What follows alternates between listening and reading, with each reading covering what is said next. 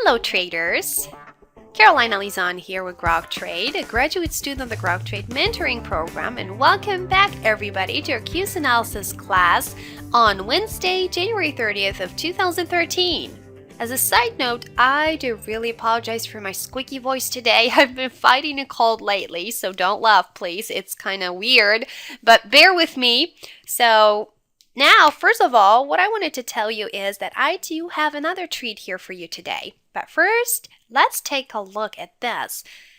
Wall Street finished the day in the red today, with the S&P down 0.39%, Nasdaq down 0.36%, the Dow down 0.32%, Russell's down 1.15%, the Q's down 0.21%, Apple down 0.31%, and the banks down 0.4%. So everything was in the red. So we finished the day lower.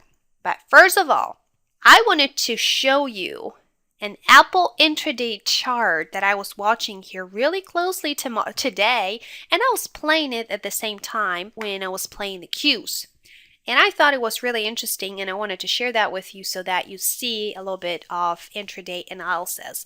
So look at this. It's a 5-minute chart, okay? That's what I trade off of. And we are starting the day here, going lower, testing that area of support down here at 450, 494.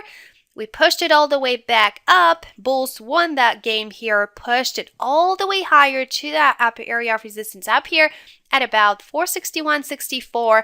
And then we kept hitting it, couldn't sustain that high, pulled back down to that low area support down here at about 458.23 and pushed it all the way back up to that area of resistance again, 461.64. Here, kissing it goodbye, pulled back down, and then pushed it all the way back up to it, couldn't sustain that high again, and we broke back to the downside. But what I wanted to show you here is that interesting formation that we see on this chart. What is it called? I hope you all see it.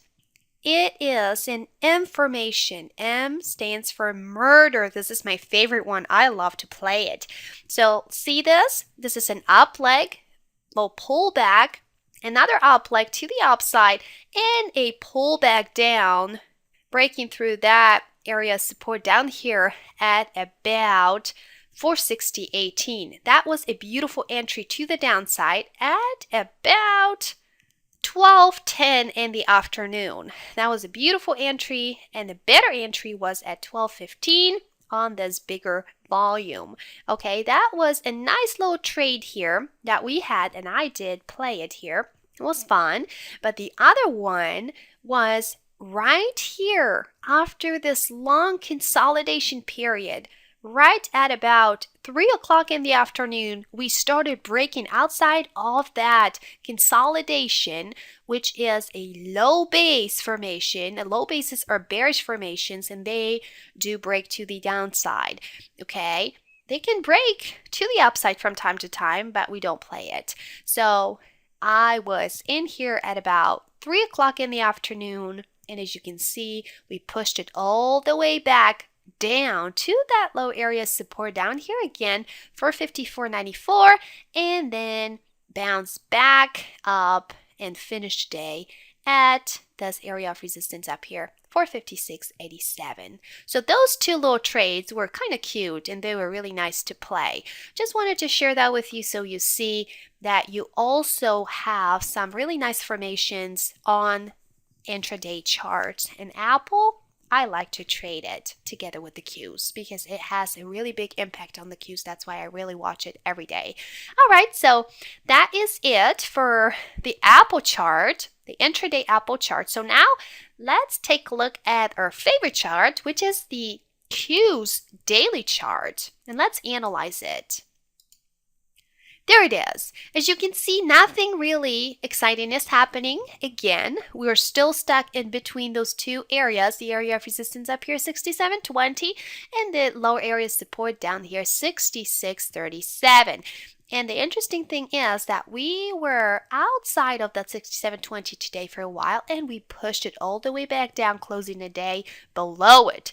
Okay, so what you have to do tomorrow and we've been talking about this the whole week this week and also last week, have a trend line over 67.20 as well as 66.37 because those two are key areas of support and resistance. And also, if we do ever see a breakout through either one of them, make sure that you take a look at the volume and make sure you see a spike in volume on a breakout and also a confirmation on the MACD. So if we do ever see a breakout to the upside through 67.20, then we just have to see a rise on the MACD. But if we do instead see a breakout to the downside through the 66.37, we do have to see a drop on the MACD and really big volume. That's all that I wanted to share with you tonight. Hope it helps you and you enjoy the class. Happy training, and I will see you all back in class again tomorrow.